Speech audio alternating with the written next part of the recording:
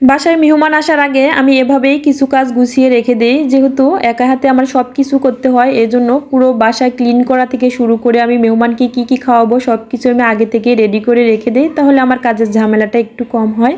So hello everyone, আসসালামু আলাইকুম। আশা করি যে যেখান থেকে আজকের ভিডিওটা দেখছেন সবাই আল্লাহর রহমতে অনেক বেশি ভালো আছেন, সুস্থ আছেন।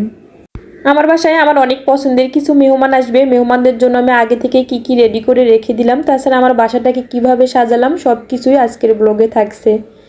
তাছাড়া সামনে যেহেতু রমজান মাস, আমার তো পুরো বাসাটা ডিপ ক্লিন করতেই হতো, যেহেতু মেহমান আসবে তাছাড়া রমজান মাস, দুটো মিলে আমি পুরো বাসাটা সুন্দরভাবে ক্লিন করে নেব, মানে এক ঢেলে দুই পাখি।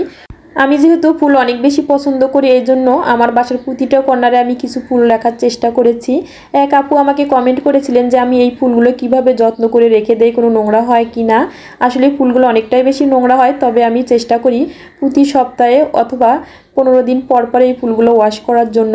আমি এখানে কিছু শ্যাম্পু আর কিছু পানি দিয়ে ফুলগুলো সুন্দরভাবে ওয়াশ করে নিয়েছি। তারপর এখানে আমি ডাইনিং টেবিলের উপরে রেখে দিয়েছি একটু ফ্যান ছেড়ে, তারপর বাতাসে শুকিয়ে নিব। অনেক সময় অনেকে রোদে শুকাতে দেয় ফুলগুলো, তখন ফুলের কালারগুলো একটু নষ্ট হয়ে যায়। এই তো আমার ফুলগুলো সুন্দরভাবে শুকিয়ে নেওয়া কমপ্লিট। এখন আমি সুরাকটা একটু গুছিয়ে নিচ্ছি। এখানে আমি দুই পাশে দুইটা আর্টিফিশিয়াল ফুল দিয়ে দিচ্ছি, মাঝখানে একটা মাছের শোপিস দিয়ে দিব। আসলে যে যেভাবে সাজাতে পছন্দ করে, আমি চেষ্টা করি আমার বাসাটাকে আমি একটু আমার মনের মাধুরী মিশিয়ে সুন্দরভাবে সাজিয়ে গুছিয়ে রাখতে। এই তো আমার এই ফ্লাওয়ার ভাসটা নিয়ে অনেক আপুরাই কমেন্ট করেছিলেন যে আমি এই ফ্লাওয়ার ভাসটা কত টাকা দিয়ে কিনেছি আর কোথা থেকে কিনেছি। আমি অনেক ভিডিওতেই বলেছি, তবে যেহেতু আমার পেজে অনেক আপুরা নতুন নতুন জয়েন করেছেন, এই জন্য আবার অনেক আপুরাই আমাকে কমেন্ট করেন। আমার এই ফ্লাওয়ার ভাসটা আমি নিউ মার্কেট থেকে কিনেছি 700 টাকা দিয়ে, তবে প্রাইসটা এখন কম বেশি হতে পারে, যেহেতু আমি 2 থেকে 3 বছর আগে কিনেছি। তারপরে রিক্সার শোপিসটার উপরে আমি একটা আর্টিফিশিয়াল গাছ রেখে দিচ্ছি। সবচেয়ে পছন্দের আমার এই শোপিসটা। সুপার কর্নারে যে আমি এই গাছটা রেখেছি একটা ভেজা তাওয়াল দিয়ে, কিন্তু আমি এটা সুন্দরভাবে মুছে নিয়েছি। অফ ক্যামেরায় আমি পুরো বাসাটা একটু ঝাড়ু দিয়ে একটু ঝুলগুলো ঝেড়ে নিয়েছি। আমি সব সময় চেষ্টা করি বাসায় মেহমান আসার আগে 2 থেকে 3 দিন আগে আমি পুরো বাসাটা ডিপ ক্লিন করে সুন্দরভাবে সাজিয়ে রাখতে। তাছাড়া যে কোনো জিনিস সাজাতে আমার বেশ ভালো লাগে, বিশেষ করে ঘর গোছাতে আমার অনেক বেশি ভালো লাগে। অনেক সময় অনেক আপুরাই বলে যে আমার কি বাসাটা সব সময় এভাবে সাজানো গোছানো থাকে। হ্যাঁ আপু, আমি চেষ্টা করি আমার পুরো বাসাটা এভাবে একটু সাজিয়ে গুছিয়ে রাখতে। বাসায় যেহেতু মেহমান আসবে, এজন্য খাবার সার্ভ করার জন্য আমার কিছু সসের বাটির প্রয়োজন ছিল। রিহানের স্কুলের পাশেই অনেক সুন্দর একটা কোরকারিজ আইটেমের দোকান ছিল, এখান থেকে আমি বেশ কিছু কোরকারিজ আইটেম নিয়েছি। বিশেষ করে সসের বাটিগুলো বেশ সুন্দর ছিল, তো এখান থেকে আমি 4টা বাটি নিয়েছি।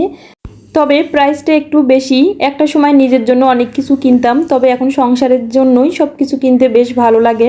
বিশেষ করে সংসারের এই কোরকারিজ আইটেমগুলো আমার অনেক বেশি ভালো লাগে। এখানকার এই টিপটগুলো এত বেশি সুন্দর ছিল, কোনটা রেখে যে কোনটা নিব। এখানে একটাই সুবিধা ছিল, যে কোনো আপনি একটা নিতে পারবেন, আপনার যে কয়েকটার প্রয়োজন সেই কয়েকটা সেট অনুযায়ীও নিতে পারবেন। তবে এই মগগুলো এত বেশি সুন্দর ছিল, কাপ থেকে শুরু করে মগ সব কালেকশনগুলোই অনেক বেশি সুন্দর। এই তো আমি এখানে যে 4টে সসের বাটি নিয়েছি এখন আপনাদের সঙ্গে একটু শেয়ার করছি। তাছাড়া আমি কিছু রাইস ডিশও নিয়েছি এখানে, তবে ভিডিওতে শেয়ার করতে আমি ভুলে গিয়েছি। দেখেন বাটিগুলো কি সুন্দর কিউট। এখানে আপনারা সস থেকে শুরু করে যে কোনো কিছুই সার্ভ করতে পারবেন, ছোট ছোট কিউট কিউট। তবে এখানে দই অথবা মিষ্টিও আপনারা দিতে পারবেন।